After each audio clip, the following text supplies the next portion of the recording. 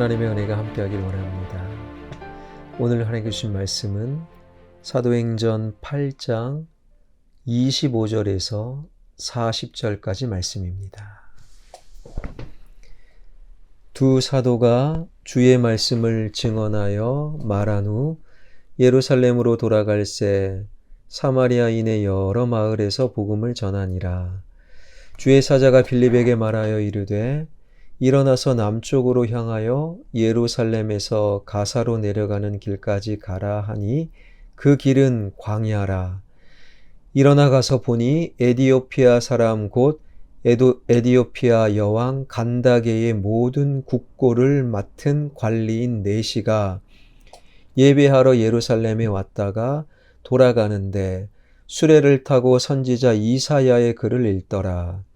성령이 빌립더러 이르되 이 수레로 가까이 나아가라 하시거늘 빌립이 달려가서 선지자 이사야의 글 읽는 것을 듣고 말하되 읽는 것을 깨닫느냐 대답하되 지도해 주는 사람이 없으니 어찌 깨달을 수 있느냐 하고 빌립을 청하여 수레에 올라 같이 앉으라 하니라. 읽는 성경 구절은 이것이니 일러스되 그가 도살자에게로 가는 양과 같이 끌려갔고 털 깎는 자 앞에 있는 어린 양이 조용함과 같이 그의 입을 열지 아니하였도다.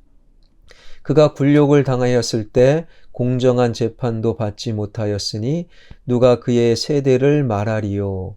그의 생명이 땅에서 빼앗김이로다 하였거늘 그 내시가 빌립에게 말하되 청컨대 내가 묻노니 선지자가 이 말한 것이 누구를 가리킴이냐 자기를 가리킴이냐 타인을 가리킴이냐. 빌립이 입을 열어 이 글에서 시작하여 예수를 가르쳐 복음을 전하니 길 가다가 물 있는 곳에 이르러 그 내시가 말하되 보라 물이 있으니 내가 세례를 받음에 무슨 거리낌이 있느냐. 이에 명하여 수레를 멈추고 빌립과 내시가 둘 다 물에 내려가 빌립이 세례를 베풀고 둘이 물에서 올라올새 주의 영이 빌립을 이끌어 간지라. 내시는 기쁘게 길을 가므로 그를 다시 보지 못하니라. 빌립은 아소도에 나타나 여러 성을 지나 다니며 복음을 전하고 가이사랴에 이르니라. 아멘. 사도들이 예루살렘의 한계를 벗어나지 못한 채 주님은 예루살렘을 벗어나 온 유대와 사마리아와 그리고 땅끝까지 이르러 복음을 전하라. 주님의 말씀과는 상관없이 사도들은 예루살렘의 한계를 벗어나지 못한 채 예루살렘이 마치 지구의 끝인 양 주저앉아 있을 때 헬라파 유대인 출신이었던 빌립 집사에 의해 예루살렘을 넘어서 복음이 사마리아에 전파되고 그 사마리아 성이 복음화 되었지요. 예루살렘에서 그 소식을 전해 들은 사도들 중에 베드로와 요한이 직접 사마리아 성으로 찾아와 현장을 확인하고 사마리아 사람들에게 성령님께서 함께 해 주실 것을 기도하였습니다. 그때 사도들이 오순절 성령 강림 사건 때 경험했던 그 동일한 성령님께서 바로 사마리아 사람에게도 똑같이 임하게 되었던 것이지요. 그것이야말로 사도들로 하여금 어디에서 무엇을 해야 할 것인지를 분명히 일깨워 주신 성령님의 역사였어요. 자기들도 경험했고 사마리아 사람들도 경험했으니 그 순간부터 사도들은 이방인과 이방을 향해 즉 주님께서 명령하신 최후의 목적지 땅끝을 향해 달려가야 했던 것입니다. 그러나 오늘 본문 25절은 이렇게 시작되고 있는데요. 두 사도가 주의 말씀을 증언하여 말한 후 예루살렘으로 돌아갈새. 사마리아인의 여러 마을에서 복음을 전하니라.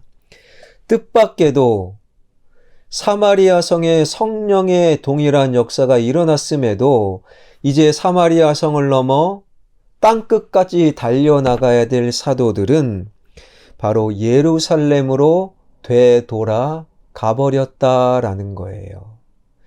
예루살렘이 땅끝도 아닌데 다시금 예루살렘으로 돌아가는 그 길 가운데 그냥 예루살렘으로 돌아가는 그 길 가운데 몇몇 도시에 몇몇 마을에 복음을 전했을 뿐이다라는 거예요. 이 순간까지 그들에게 이방이나 이방인이나 이런 개념은 아예 없었지요. 땅끝이란 그들과는 전혀 상관없는 곳일 뿐, 말하자면 그때의 그들은 예루살렘 수준에서 성장이 멈춰버린 상태. 여러분, 성경은 그리스도의 장성한 분량까지 끊임없이 자라가라, 자신의 한계와 편견을 벗어던지고 그리스도 장성한 분량까지 자라감을 성경은 우리에게 권면하고 계시지요.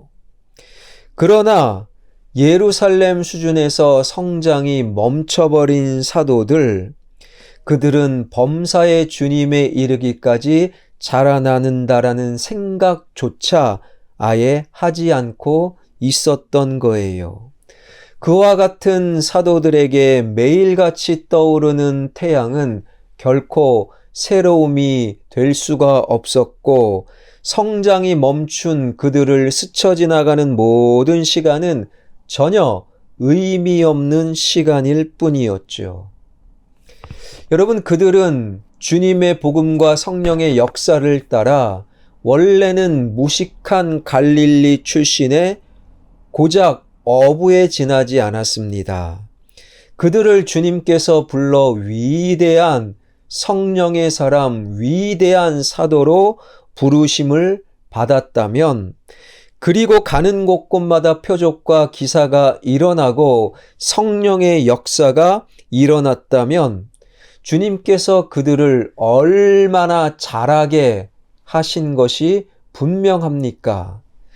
그러나 주님께서 주신 그 넓은 자라남, 그 지경 위에서 그들은 더 이상 성장하기를 멈춰버렸다라는 거예요. 그냥 이만하면 됐다 성장을 멈춰버리고 또다시 주님 말씀 등진 채 예루살렘으로 돌아가 버린 사도들. 그들은 조만간 사도들의 행전, 그 사도행전에서 그들의 자취가 사라져 버리고 만 것은 사필귀정일 뿐이라는 것이지요. 그러나 빌립 집사는 사도들과 달랐습니다. 본문 26절부터 28절을 보면, 주의 사자가 빌립에게 말하여 이르되 일어나서 남쪽으로 향하여 예루살렘에서 가사로 내려가는 길까지 가라 하니, 그 길은 광야라. 일어나 가서 보니 에디오피아 사람 곧 에디오피아 여왕 간다게의 모든 국고를 맡은 관리인 네시가 예배하러 예루살렘에 왔다가 돌아가는데 수레를 타고 선지자 이사야의 글을 읽더라. 빌립은 사마리아에 주저앉아 있지 않았어요. 이만하면 됐지. 이제는 내가 예루살렘을 넘어 유대를 넘어 사마리아까지 복음을 전하면 됐지. 그 자리에 머물러 있으려고 하지 아니하였다라는 거예요. 주님께서 가라고 지시하신 곳, 그곳에는 에디오피아 여왕 간다게의 신하로서 에디오피아 한 나라의 재정을 맡은 고위 관료가 그곳에 있었다라는 거예요. 여기서 간다게라는 것은 여왕의 이름이 아니라 에디오피아 왕조의 명칭이었는데, 빌립이 그곳에서 만난 여왕의 신하 고위 관료는요, 한 나라의 재정을 맡은 고위 관료가 뜻밖에도 내시였다라는 거예요. 그리고 본문 29절이 이렇게 증언합니다. 성령이 빌립더러 이르시되 이 수레로 가까이 나아가라 하시거늘. 그것은 참으로 마음 꺼리는 일이 아닐 수 없었어요. 마음 꺼리는 일이었다라는 거예요. 에디오피라는 말 자체가 검은 피부라는 뜻. 그러니 그곳에 있는 사람은 당시 유대인들이 경멸하는 이방인이요 뿐만 아니라 더 경멸의 대상이 되는 흑인이었다라는 거예요.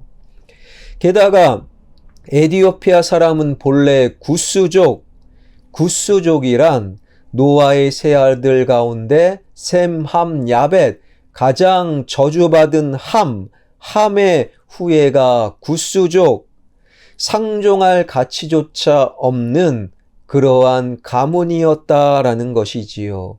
그뿐만이 아니었어요. 그는 더욱이 내시였던 거예요. 내시란 선천적이든 혹은 후천적이든 고자 된 자가 바로 내시. 유대인들은 고자를 역시 하나님의 저주를 받은 자로 사람 취급하지 아니하였다라는 거예요.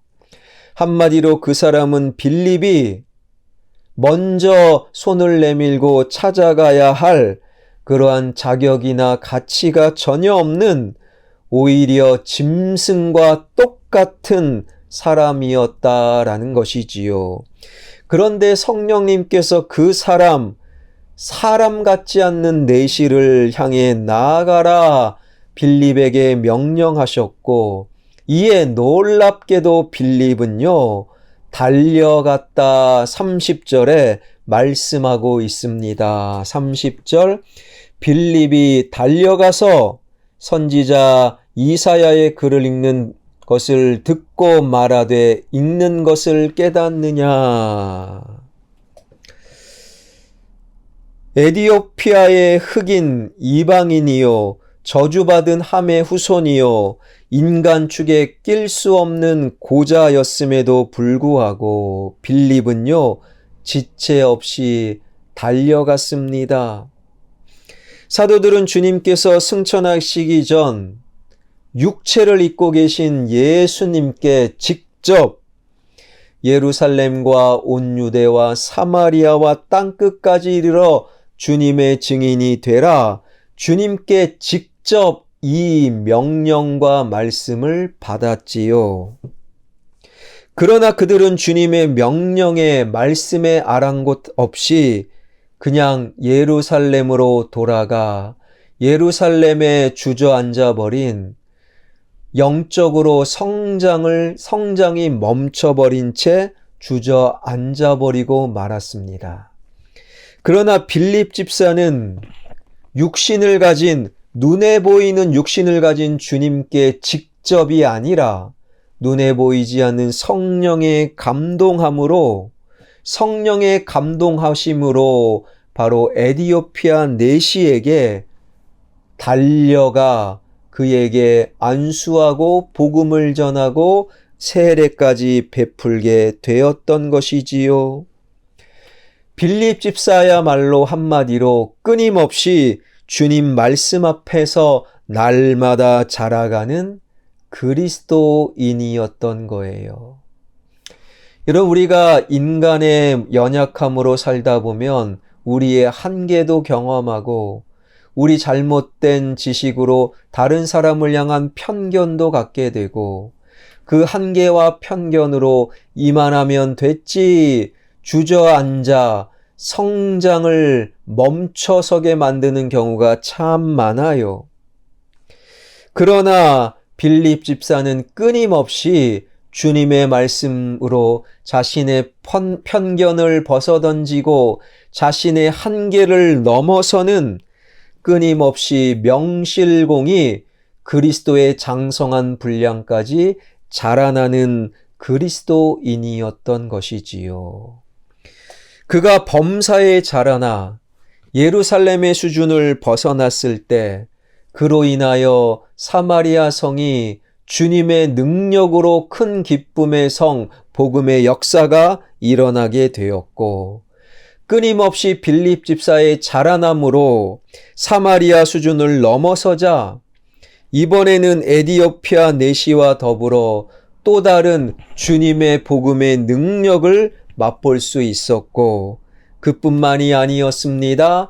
빌립 집사의 영적인 자라남은 40절로 이어지는데, 빌립은 아소도에 나타나 여러 성을 지나다니며 복음을 전하고 가이사라에 이르니라.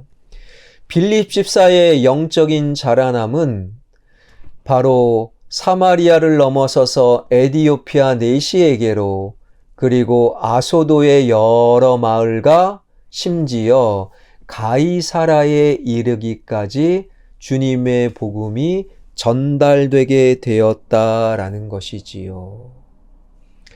여러분, 이것이 바로 진정한 그리스도인의 삶인 거예요. 끊임없이 나의 한계를 넘어서고 나의 편견의 옷을 벗어던지고 주님의 말씀 앞에 스스로 자라나는 그리스도인. 오늘보다 내일이 내 마음이 더 커지고 내일보다 내일 모레 나의 시선은 더 넓어지고 그 다음에 계속해서 내가 이해하고 찾아가는 사람들이 더 넓어지는 영적인 자라남을 통하여 비로소 세상은 하나님의 나라가 될 수 있는 것이지요. 사랑하는 성도 여러분, 끊임없이 말씀 앞에 내 편견의 옷을 벗어던지고 나의 한계를 넘어서는 영적으로 자라는 저와 여러분, 우리 모두가 되길 주님의 이름으로 축원합니다. 기도하겠습니다. 육신의 몸을 입은 주님의 목소리, 그리고 주님을 우리의 시선으로 분명히 보면서 주님의 복음을 예루살렘과 온 유다와 사마리아와 땅끝까지 이르러 증거하라. 직접 말씀을 듣고서도 사도들은 자라남을 포기하고 다시금 예루살렘으로 돌아갔습니다. 하나님, 그러한 자라남을 포기한 그리스도인들이 아니라 빌립 집사님처럼 끊임없이 자라는 나의 편견의 옷을 벗어던지고 나의 한계를 넘어서는 그리스도의 장성한 분량에 이르기까지 끊임없이 자라는 그리스도인 되게 하여 주셔서 나를 통해 더 많은 사람들이 하늘의 기쁨을 경험하게 하여 주옵소서. 나의 자녀가 이만하면 됐습니다. 성장의 멈춰섬이 아니라 끊임없이 성장하는, 영적으로 더 커지고 넓어지는, 더 많은 사람을 품고 대화하는, 더 많은 다른 사람을 이해하는 영적인 거장 자라나는 나의 아들, 딸, 사위, 며느리, 손주들 되게 하여 주옵소서. 예수 그리스도의 이름으로 기도하옵나이다. 아멘.